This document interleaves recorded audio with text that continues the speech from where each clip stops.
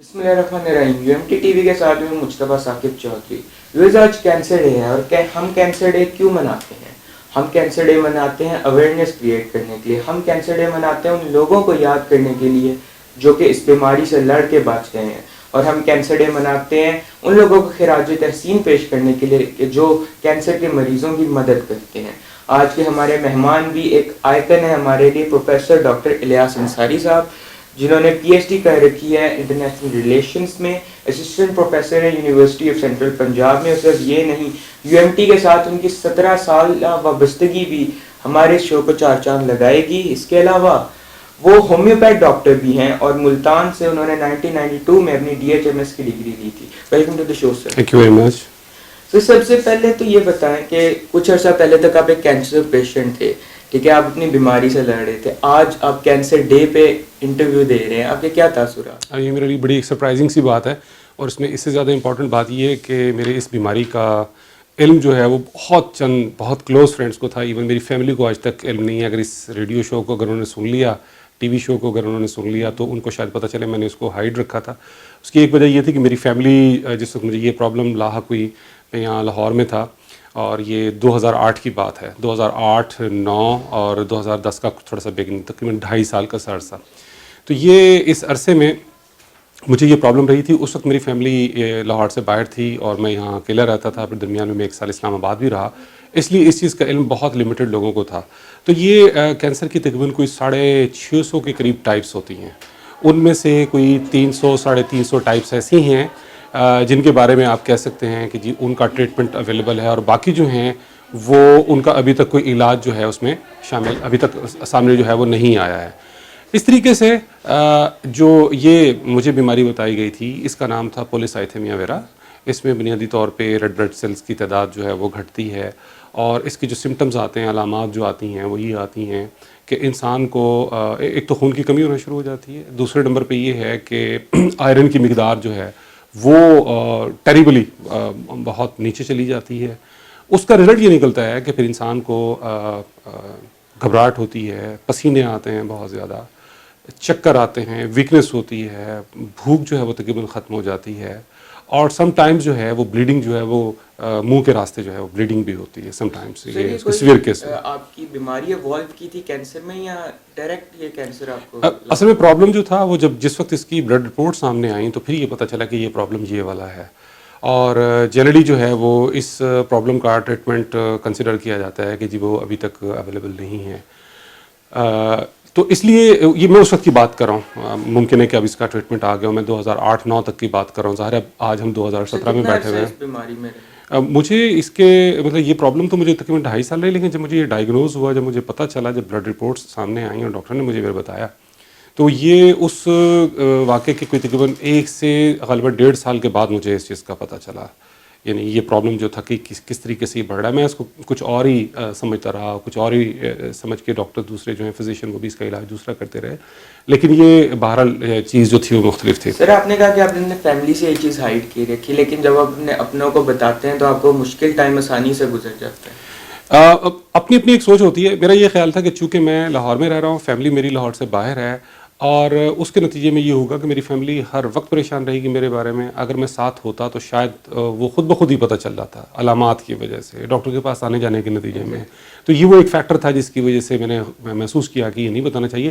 Even چند ایک انتہائی جو کلوزسٹ لوگ تھے صرف ان کو اس چیز کا علم تھا، اور اس کا باقی میں نے سر وہ کون تھا کہ جس نے آپ اپنے اس ہارش ٹائم میں سب سے زیادہ سپورٹ کیا تھا؟ کسی کو مینشن کرنا چاہیے؟ اس میں بالکل میں محسوس کرتا ہوں کہ جو بہت جنہوں نے مجھے مطلب ہے کہ سائیکلوجیکلی بھی، اور چونکہ میں نے بتایا کہ بہت کم لوگوں کو بتایا، ان میں میرے ایک اسٹوڈنٹ اس وقت کے تھے اور بہت کلوز اسٹوڈنٹ تھے میرے، اور وہ بھی چونکہ ان کا تعلق لاہور سے باہر سے تھا، وہ یہیں UMT کے اسٹوڈنٹ تھے، نایاب احمد ان کا نام تھا. تو ان کو جو ہے سب سے پہلے جو ہے وہ اس چیز کا پتہ چلا، اور اس کے بعد پھر ایک اور ہمارے اسٹوڈنٹ اسامہ جو تھے ان کو اس چیز کا پتہ چلا.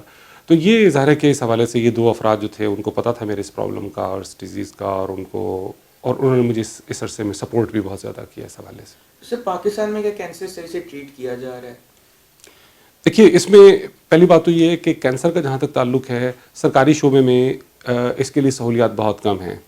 کینسر کی بہت ساری اقسام کا مختلف جو ہاسپٹلس ہیں، جیسے لائک لاہور کے اندر انمول کے نام سے سرکاری ادارہ موجود ہے، اس طریقے سے اور جو ہمارے سرکاری ہاسپٹلس ہیں ان میں ان کے ڈپارٹمنٹس موجود ہیں، جس میں خاص طور پہ نیوکلیئر طریقے سے جو اس کا ٹریٹمنٹ ہوتا ہے وہ کیا جا رہا ہے۔ بیسٹ ٹو بیسٹ شوکت خانم لاہور میں پرووائڈ کر رہا ہے، کیا اس میں تمام فیسلٹیز موجود ہیں؟ جی، جہاں تک تعلق ہے شوکت خانم ہاسپٹل کا، یہ پرائیویٹ ہاسپٹل ہے، ظاہر ہے گورنمنٹ کا اس میں کوئی کنٹریبیوشن یا رول نہیں ہے۔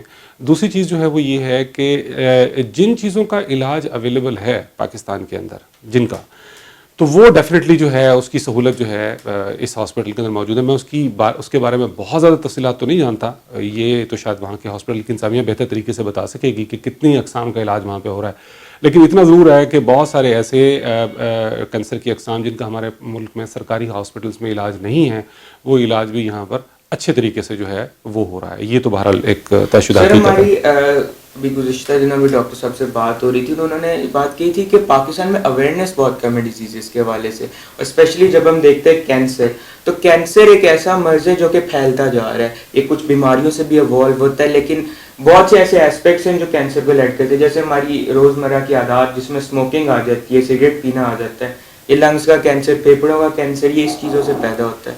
تو عوام میں اویئرنیس ہونے کے باوجود عوام ان چیزوں کا خیال نہیں رکھتا۔ میں سمجھتا ہوں کہ پہلی بات تو یہ ہے کہ ہمارے ہاں جو جنرلی لوگوں میں ہے صحت کے معاملے میں خیال رکھنے کا رجحان بہت ہی کم ہے۔ ہمارے ہاں ٹوٹکوں پہ اعتقاد بہت زیادہ ہے، پڑھے لکھے لوگ بھی جو ہیں وہ اس کی سائنٹیفک حقیقت کو نہیں سمجھتے ہیں۔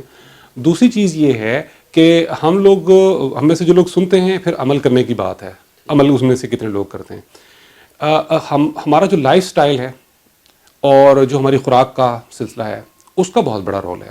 مثلا لائف سٹائل کے اندر آپ یہ لیجئے کہ ہماری خوراک کے اندر خاص طور پہ سبزیوں کا استعمال جو لوگ بہت کم کریں، اگر جو لوگ استعمال اس کا پھلوں کا بہت کم کریں تو ان میں امکانات جو ہے مختلف قسم کے کینسرز کی، ہر کینسر کی میں بات نہیں کر رہا ہوں، وہ بڑھ جاتے ہیں۔ پھر تمباکو کا استعمال آپ دیکھیے، اب تمباکو کی مختلف شکلیں ہیں، وہ شیشہ بھی اس کے اندر ایک شکل ہے، اس میں نسوار بھی ایک شکل ہے، پان بھی اس کی ایک شکل ہے، اس کے اندر جو سگریٹ ہے اٹ سیلف وہ تو ہے ہی۔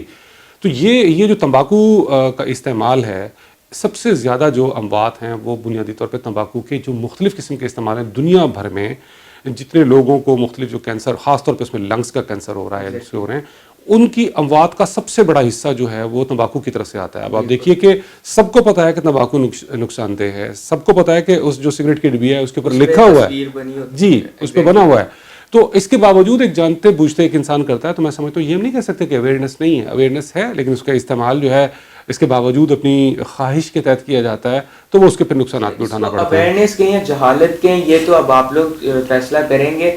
ہمیں شیشہ کیفز پہ بین لگ گئے، سگریٹ نوشی پہ، کھلے عام سگریٹ نوشی پہ بین لگ گئی، لیکن ہمارے نوجوان یا ہم لوگ شیشہ پینے سے باز نہیں آئے، سگریٹ پینے سے باز نہیں آئے، اور پھر جب ہم بیماریوں کا شکار ہوتے ہیں تو پھر ہمیں وہ وقت یاد آتا ہے۔ جی بالکل ایسا ہی ہے، اور یہ جب وہ وقت ہوتا ہے پھر یہ وہ وقت ہوتا ہے کہ پھر اب اس کے بعد ریورس ہونے کا ٹائم نہیں ہوتا۔ ایگزیکٹلی، جب تک انسان ایک چیز سے خود سفر نہیں کرتا وہ اس کا ہارش ایسپیکٹ سمجھ نہیں سکتا۔ سر کینسر جب پیشنٹ آتا ہے، آپ گئے، you are from a well informed good family, تو سر جو غریب لوگ کینسر کا شکار ہیں، جو کہ علاج افورڈ نہیں کرتے، کیا وہ پاکستان میں کینسر کے ساتھ سروائیو کر سکتے ہیں؟ اگر دیکھیے یہ کوئی ایسی چیز نہیں ہے کہ جس کے اندر جو نا آپ کوئی اپنے ہر چیز کو ول پاور کے اوپر سروائیو کرنا شروع کرتے ہیں۔ اگر ول پاور پہ سروائیو کرنا ہوتا تو انسان کبھی بھی نہ مرتا۔ سر ان کا فائنینشیل اسٹیٹس لو ہے، وہ فیسلٹیز نہیں حاصل کر سکتے جو شاید آپ نے کی ہوں یا اور کوئی ہائر اپر کلاس کا بندہ کر سکتا ہے۔ جی دیکھیے، جہاں تک تعلق ہے اس طرح کا، تو اس طرح کے ہیلتھ کے جو ایشوز ہیں وہ اور شعبے میں بھی ہیں، اور انفارچونیٹلی وہ لوگ جو اس طرح کے مسائل کا شکار ہوتے ہیں، سروائیو کرنا ان کے لیے بہت مشکل ہو جاتا ہے۔ سر تو آپ نے اپنی پی ایچ ڈی ڈاکٹریٹ کی ڈگری کینسر سے ریکور ہونے کے بعد کی تھی یا پہلے کی؟ اچھا، یہ بڑی ایک انٹرسٹنگ بات ہے کہ میں جس عرصے میں اسٹڈیز کر رہا تھا، بلکہ انفیکٹ مجھے یہ پرابلم 2008 سے سٹارٹ ہوا اور 2009 میں مجھے اس چیز کا ڈائگنوز ہو گیا تھا کہ یہ پرابلم مجھے ہے۔ تو لیکن اس کے باوجود میں نے یہ سوچا کہ چلیے تعلیم کا سلسلہ ہے، اس کو جاری رکھنا چاہیے۔ میں تو ایک ٹیچر ہوں، پڑھنے کا شوق مجھے شروع سے تھا، اور ایز اے رزلٹ میں نے یہ سوچا کہ مجھے اپنی تعلیم کا سلسلہ جاری رکھنا چاہیے۔ میں نے اس کے درمیان میں یہ سلسلہ جاری رکھا۔